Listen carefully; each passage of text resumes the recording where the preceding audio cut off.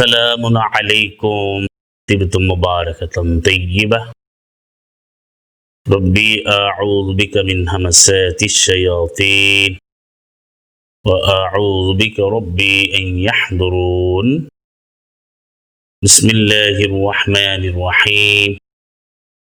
الحمد لله والسلام على عباده الذين اصطفى وسلام على المرسلين والحمد لله رب العالمين. ربي زدني علما ربي اشرح لي صدري ويسر لي أمري واحلل عقدة من লিসানি ইফকাহু কওলি। সম্মানিত উপস্থিতি, সুপ্রিয় মুসলিম ভাই বোনেরা, আপনাদের ইউটিউব চ্যানেল কোরআন বেড কিউবিস টিভির সম্মানিত দর্শক শ্রোতা ভাই বোনেরা, আমাদের সকলকে আল কোরআন হাকিমের এই ধারাবাহিক আয়োজনে কোরআন ভিত্তিক প্রশ্ন উত্তর এই অনুষ্ঠানে আপনাদেরকে আমন্ত্রণ জানাচ্ছি, সুস্বাগতম জানাচ্ছি। আজকের এই পর্বে যে প্রশ্নটি এসেছে তা হচ্ছে, আল কোরআন হাকিমে কি গোসলের বিধান আছে? অর্থাৎ সলাহ কায়েমের জন্য আল্লাহ রাব্বুল আলামিন গোসল শব্দ ব্যবহার করেছেন, যেটাকে প্রচলিত ভাষায় আরবি শব্দই প্রচলিতভাবে বলা হয় অদু, বাংলাকে তারা উচ্চারণ করছে অজু।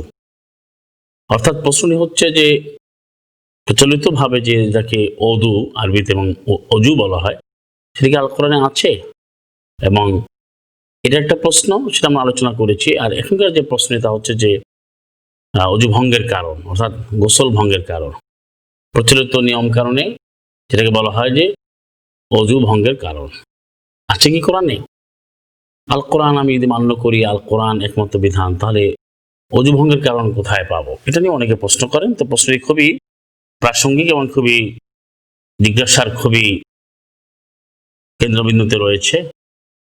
কারণ অনেকেরই প্রশ্ন যে যদি কোরআন মুবিন একমাত্র বিধান, কিতাবুল্লাহ একমাত্র বিধান, তা শুধু কোরআন মানলে সলাহ কায়েমের জন্য যে অজু করতে হয়, আর আমরা কোরআনের ভাষায় আমরা বলছি গাসালা ইয়াগসিলু গোসল, তা সেটা ভঙ্গ হওয়ার, সেটা নষ্ট হওয়ার কারণগুলো কি কি? দেখুন, আল কোরআন হাকিমে সবকিছু রয়েছে, এটা আল্লাহ রাব্বুল আলামিন নিজে বলেছেন অনেক আয়াতে। এবং আপনারা জানেন, যারা কোরআন দীর্ঘদিন ধরে পড়ছেন, প্রতিদিন স্টাডি করেন, অধ্যয়ন করেন, বুঝে বুঝে পড়েন, যে সূরাতুল আনাম 6 নম্বর সূরার 38 আল্লাহ রাব্বুল আলামিন বলছেন, আল্লাহ সুবহানাহু ওয়া তাআলা বলছেন, মা ফাররাতনা ফিল কিতাবি মিন শাইইন, আমি কোনো কিছুই আমি ছেড়ে দেইনি, বাদ দেইনি। এবং এই কোরআনের মধ্যে, এই কিতাবের মধ্যে, একমাত্র বিধানের মধ্যে আমি সবকিছু খুলে খুলে বলেছি। মা ফাররাতনা বলেছেন, ফুরুতুন অর্থ হচ্ছে ভুল করা। আল্লাহ তাআলা বলেছেন যে আমি কোনো ভুল করিনি। আল্লাহ রাব্বুল আলামিন সুস্পষ্টভাবে জানাচ্ছেন যে এই কিতাবের মধ্যে কোনো কিছুই ভুল করা হয়নি, সব কিছু চমৎকারভাবে সাজিয়ে দিয়েছেন, কোনো কিছু বাদ দেননি। তাহলে অবশ্যই সলাহ কায়েমের নির্দেশ আল্লাহ দিয়েছেন, সলাতের পদ্ধতি বলেছেন, এবং সলাতে যে পবিত্রতা অর্জন করতে হবে, তহরাত অর্জন করতে হবে, যে পবিত্রতা অর্জন করতে হবে, যে পরিশুদ্ধতা অর্জন করতে হবে, শারীরিক পবিত্রতা এবং আত্মিক পবিত্রতা, বাহ্যিক পবিত্রতা, স্থানগত পবিত্রতা, সবই আল্লাহ রাব্বুল আলামিন বলেছেন। এখানে যে প্রচলিত আল কোরআন না মানার কারণে দেখা যাচ্ছে অজু শব্দটা প্রসারিত হয়েছে, প্রসিদ্ধি লাভ করেছে, কিন্তু আল কোরআন বলছে গোসল। সূরা মায়েদা যদি আপনি আসেন উত্তর পেয়ে যাবেন যে আজকে অজু ভঙ্গের কারণ কি কি। যে মায়েদা 5 নম্বর সূরা 6 আল্লাহ রাব্বুল আলামিন বলছেন, ইয়া আইয়ুহাল্লাযীনা আমানু ইযা কুমতুম ইলাস সালাতি ফাগসিলু উজুহাকুম, অজুনের বলছেন ওজুহুন ওয়া ইদিয়াকুম ইলাল মারাফিক ওয়ামসাহু বিরুউসিকুম ওয়া আরজুলাকুম ইলাল কা'বাইন। এই আয়াত পড়লে আপনি কোরআনের আলোকে, আল কোরআনের ভিত্তিতে সলাহ কায়েমের জন্য আপনি গোসলের যে বিধান তা জানতে পারবেন। আর কারণটা আমি বলছি, কারণ হচ্ছে আল কোরআন আলোকে যে কারণগুলো বলছেন, একটা হচ্ছে গায়াতে, আয়াতেই রয়েছে যে আও জা আহাদুম মিনকুম মিনাল গায়েত, তোমাদের যে গায়েত থেকে আসে, গায়েত শব্দটি গায়িত, আও জা আহাদুম মিনকুম মিনাল গায়িত, গায়িত শব্দটি এর মূল অক্ষর হচ্ছে গাইন অতা গাতা ইয়াগিতু, এর অর্থ হচ্ছে যা। এখানে এটাকে আমরা প্রচলিত যেটা টয়লেট এবং বাথরুম বা যেটাকে বাংলায় পায়খানা বলা হয়, সেখান থেকে কেউ যাতায়াত করে আল্লাহ যা ব্যবহার করেছেন, তাহলে তার গোসল ভঙ্গ হয়ে যাবে। আর গায়েত এমন একটি শব্দ যে যা এখান থেকে বের হয়, যা এখানে ইংরেজিতে বলে হিউম্যান এক্সক্রিমিনেট বলা হয়। তাহলে সম্মানিত ছোট ভাই বোনেরা, আপনি যদি সূরা মায়েদা 5 নম্বর সূরার 6 নম্বর আয়াত এবং 4 নম্বর সূরা নিসার 43 নম্বর আয়াত পড়েন, তাহলে এর আপনার গোসল ভঙ্গের কারণ জানতে পারবেন।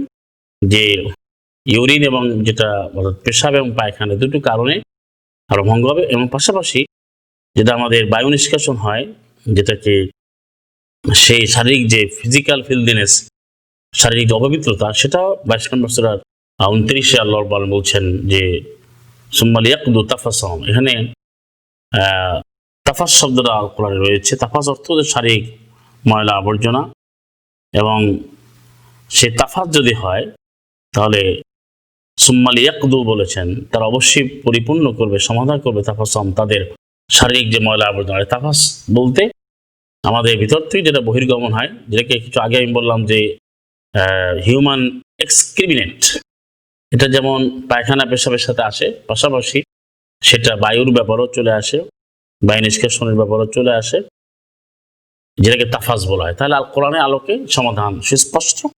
অর্থাৎ টয়লেটের যে কারণগুলো ঘটে, পেশাব পায়খানা, একইভাবে যে বায়ু নিষ্কাশিত হয়, বায়ু যে নির্গমন হয়, নিঃসরণ হয়, এর কারণে গোসল ভঙ্গ হবে বা প্রচলিত অজু ভঙ্গ হবে। এবং এছাড়া যে বিষয়গুলো আমাদের সমাজে বলা হয় যে ঘুম যদি হয়, একেবারে যে সত্যিকারে যে সে ঘুমায় তন্দ্রা ছাড়া, সাধারণভাবে কেউ তন্দ্রাচ্ছন্ন হলে তাতে তার কোনো ধরনের গোসল বা প্রচলিত অজু ভঙ্গ হবে না। কারণ হচ্ছে ঘুমটাকে আল্লাহ মৃত্যু বলেছেন। যদি সে সত্যিকারে ঘুমায়, নিদ্রাচ্ছন্ন হয়, তাই ঘুম বলা হয়, তাহলে অবশ্যই সে নতুনভাবে জীবন পেল সূরা জুমার 39 নম্বর সূরা 42 অনুযায়ী। তাহলে তাকে অবশ্যই আবার গোসল করতে হবে সলাতের জন্য, যেটাকে প্রচলিত অজু বলা হয়। অনেকে হয়তো গোসল শব্দটা নতুনভাবে পরিচিত হচ্ছেন, আল কোরআনে অজু শব্দ আসেনি, আমরা গোসল ব্যবহার করছি, কোরআনের শব্দই আমাদের মানতে হবে। তাহলে ঘুম, সত্যিকারের যে ঘুম বলতে যা বোঝায় তা কিন্তু গোসল ভঙ্গের একটা কারণ। আর এখানে আমরা পেলাম পায়খানা, পেশাব এবং বায়ু নিষ্কাশন, বায়ুর ব্যাপারটা পেলাম 22 নম্বর সূরা 29-এ। আরেকটা হচ্ছে আমাদের সমাজের বলে রক্ত বের হলে কখনো গোসল তথা প্রচলিত অজু ভঙ্গ হবে না। কারণ হচ্ছে এই রক্ত জিনিসটা কিন্তু যুদ্ধের ময়দানে আপনারা জানেন যে কেতাল 216 নম্বর আয়াতে বাকার কেতাল রয়েছে, এবং সেই রক্তকে আল্লাহ অপবিত্র বলা হয় নাই। যে রক্ত হারাম করেছে মায়াদা 5 নম্বর সূরা 3, সেটা হচ্ছে পশু, জানাম গবাদি পশু, সেটা রক্ত খাওয়াকে হারাম করা হয়েছে। কিন্তু মানুষের রক্ত যদি বের হয় সেখানে তার গোসল ভঙ্গ হবে, প্রচলিত অজু ভঙ্গ হবে, তা আল্লাহ বলেন নাই। এটা আপনি খুবই সহজ বিষয় যে আল্লাহর পথে যারা যুদ্ধ করে অস্ত্র সহ, তখন সেখানে তার তরুণ হয় 9 নম্বর সূরার 111 অনুযায়ী, তখন কিন্তু সেই অবস্থায় যুদ্ধের ময়দানে কিন্তু সলাৎ। সুতরাং রক্ত বের হওয়াটা গোসল ভঙ্গের কোনো কারণ নয়, বা প্রচলিত অজু ভঙ্গে বা অদু ভঙ্গের কোনো কারণ নয়। আর এখানে যেটা বলা হচ্ছে, আরেকটা বিষয় আমাদের সমাজে আলোচনা করে, সেটা অট্টহাসি। বলা হয় যে অট্টহাসি দিলে গোসল বা প্রচলিত যে অদু সেটা নষ্ট হয়ে যাবে। কিন্তু আল কোরআন অনুযায়ী 9 নম্বর সূরা 12, প্রত্যেকটি প্রশ্ন উত্তর আল কোরআনে রয়েছে। এই 82 নম্বর আয়াত আল্লাহ বলেন, যেটা বলছেন আল্লাহ সুবহানাহু ওয়া তাআলা ফালিয়াদহাকু কালিলা ওয়া লিয়াবকু কাসীরা, যে তারা অবশ্যই কম হাসবে, বেশি করে কাঁদবে। একজন মুসলিম হিসাবে একজন মুসলিম অট্টহাসি যার প্রশ্নই আসে না। সুতরাং হাসির কারণেও কখনো তার অর্থাৎ কোরআন ভিত্তিক গোসল বা প্রচলিত অদু তার ভঙ্গ হবে না। কারণ অট্টহাসি তো ইসলামে নেই। একজন মুসলিম তো সে অট্টহাসি কখনো দিবে না। একজন মুসলিম কখনো যে অট্টহাসি বলতে সেটা দিবে না। সে তাবাসসুম করবে, যেটা সুলাইমানের সাথে কথা তাবাসসামা, যে সেই পিঁপড়া তাবাসসুম করেছিল, সেটা রয়েছে। এবং সামিদুন বলা হয় যে 53 নম্বর সূরা 61-তে, যে আনন্দ ফুর্তি করে সময় কাটানো, এটা আল্লাহ নিষেধ করেছেন।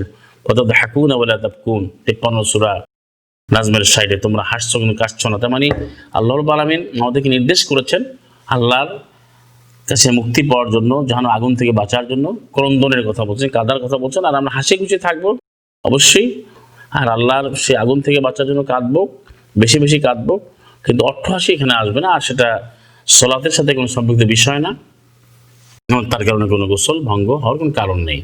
তাহলে জিনিসটা খুব পরিষ্কার। আমাদের ছোট ভাই বোনেরা, সূরা মায়েদা 5 নম্বর সূরার 6 নম্বর আয়াত, সূরা নিসা 4 নম্বর সূরার 43 নম্বর আয়াত, এবং সূরা হজ 22 নম্বর সূরার 29 নম্বর আয়াত, এবং যে আয়াতগুলো বললাম আল কোরআন অনুযায়ী আপনার গোসল ভঙ্গের কারণ সুস্পষ্ট। আল কোরআনের বাইরে কোথাও যেতে হবে না। আল্লাহর রাব্বুল আলামিন যেন আমাদেরকে আল কোরআন থেকে সমাধান নেওয়ার তৌফিক দেন। আজকে কোরআন ভিত্তিক সমাধান না নেওয়ার কারণে সারা বিশ্বের সমস্যা এবং সংকট হচ্ছে। আর রক্তের কথা যেটা বললাম এটা কিন্তু সুস্পষ্ট যে এটাও আল্লাহ কোরআনে বলে দিয়েছেন। তাহলে আপনারা জানতে পারলেন এবং এভাবে আমরা কোরআন থেকে প্রতি বিষয়ে আমরা জেনে আমাদের জীবনে বাস্তবে অনুশীলন করবো, বাস্তবায়ন করবো। এভাবেই গোটা বিশ্ব আল কোরআন ভিত্তিক বিশ্ব ব্যবস্থা তৈরি হবে ইনশাআল্লাহ। ওয়া আখিরু দাওয়াহুম আলহামদুলিল্লাহি রাব্বিল আলামিন। সাদাকাল্লাহু ওয়া রাসূলুহু। সালামুন আলাইকুম তিবতুম মুবারাকান তাইয়্যিবা।